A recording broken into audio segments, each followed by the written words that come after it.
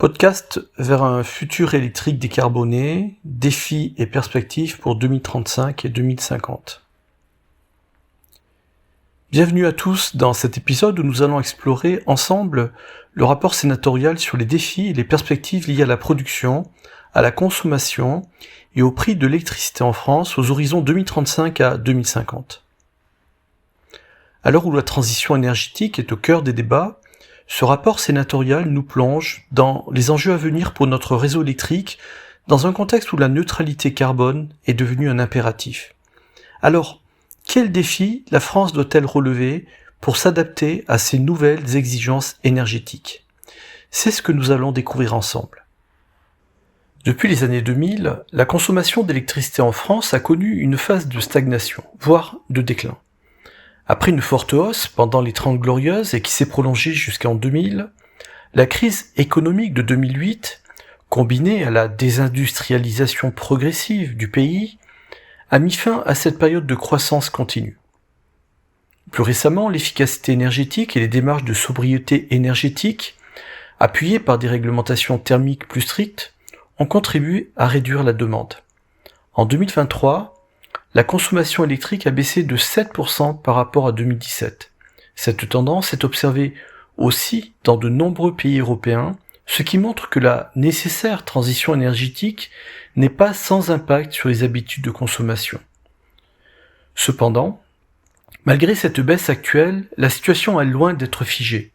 À l'horizon 2035 et 2050, les projections sont claires. La consommation électrique en France va repartir à la hausse.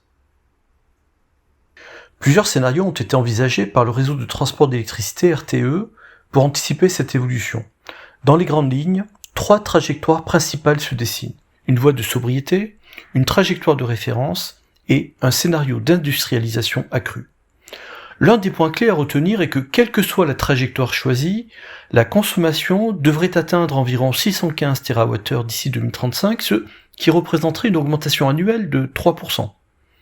Cette hausse est portée par plusieurs facteurs, dont l'électrification croissante des usages, notamment dans l'industrie et les transports, secteurs cruciaux pour atteindre la neutralité carbone. Et justement, cette trajectoire repose en grande partie sur le développement de moyens de production électrique décarbonés. Le nucléaire en particulier est remis au centre des discussions depuis le discours de Belfort en 2022, qui a relancé cette filière considérée comme un levier indispensable de la transition énergétique française. Dans un contexte géopolitique instable, l'énergie nucléaire apparaît comme une réponse stratégique offrant à la fois des garanties de souveraineté énergétique et un moyen efficace de réduire les émissions de gaz à effet de serre. Mais pour que cette transition énergétique soit couronnée de succès, il ne suffit pas de produire plus d'électricité. Encore faut-il savoir la gérer intelligemment. Cela nous amène à l'un des principaux enjeux soulevés par le rapport, la flexibilité du réseau électrique. Avec la montée en puissance des énergies renouvelables comme l'éolien et le solaire, mais aussi l'autoconsommation, l'intermittence de la production devient un défi de taille. Pour éviter les déséquilibres entre l'offre et la demande, le rapport sénatorial recommande de renforcer la flexibilité du système. Cela passe par des outils comme EcoWatt, qui permet de mieux anticiper et gérer les pics de consommation. Par exemple, en 2023, la pointe de consommation a été atteinte le 23 janvier avec une demande de 80 gigawatts, un chiffre impressionnant et qui montre à quel point la demande peut fluctuer en fonction des conditions météorologiques et des habitudes de vie. En parallèle, la gestion des données de consommation est un autre axe crucial de cette transformation. Malgré l'installation massive des compteurs intelligents Linky, ces données sont encore largement sous-exploitées. L'enjeu est donc de rendre ces informations accessibles aux consommateurs pour qu'ils puissent mieux comprendre et maîtriser leur consommation énergétique.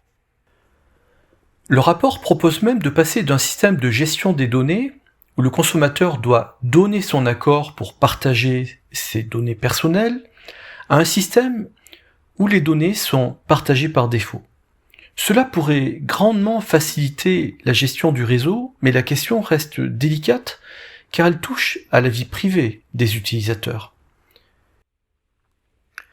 Ces transformations du réseau nécessitent bien évidemment des investissements colossaux.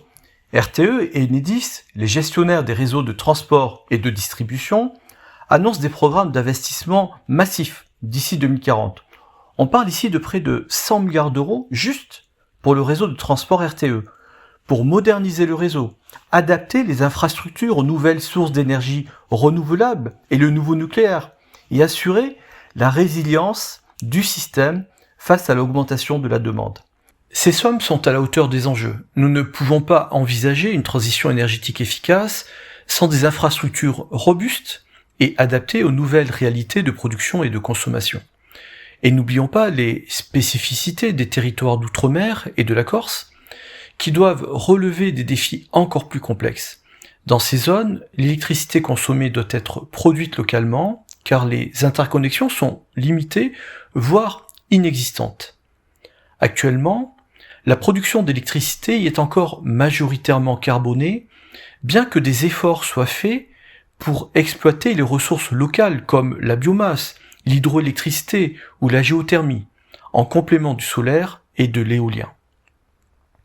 Mais le coût de la transition y est élevé, et EDF ainsi que la commission d'enquête plaident pour repousser l'objectif d'autonomie énergétique à 2050. Enfin, tout au long du rapport, une question revient sans cesse. Comment concilier ces transformations avec la compétitivité économique de la France ? La hausse de la consommation électrique et les investissements massifs dans les infrastructures auront un coût, mais ne pas agir aurait des conséquences bien plus lourdes. Le rapport souligne que maintenir des prix bas et justes pour l'électricité sera crucial pour préserver la compétitivité des entreprises françaises, notamment dans les secteurs électro-intensifs comme l'industrie chimique ou la métallurgie, pour lesquels la facture d'électricité représente une part importante des coûts de production. En conclusion, la France se trouve à un carrefour énergétique décisif. D'ici 2035 et 2050, la transformation du secteur électrique devra être rapide, ambitieuse, et s'appuyer sur une vision de long terme. Les investissements dans les infrastructures, la flexibilité du réseau et le développement des énergies renouvelables et nucléaires seront les piliers de cette transition. Mais au-delà des chiffres et des projections, ce rapport souligne un point essentiel.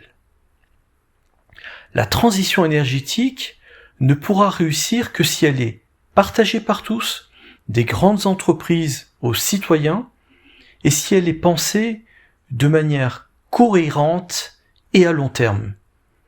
Merci d'avoir écouté cet épisode. Nous espérons que cette plongée dans les enjeux de l'électricité en France vous a permis de mieux comprendre les défis qui nous attendent. À très bientôt pour un nouveau podcast sur l'avenir énergétique de notre pays.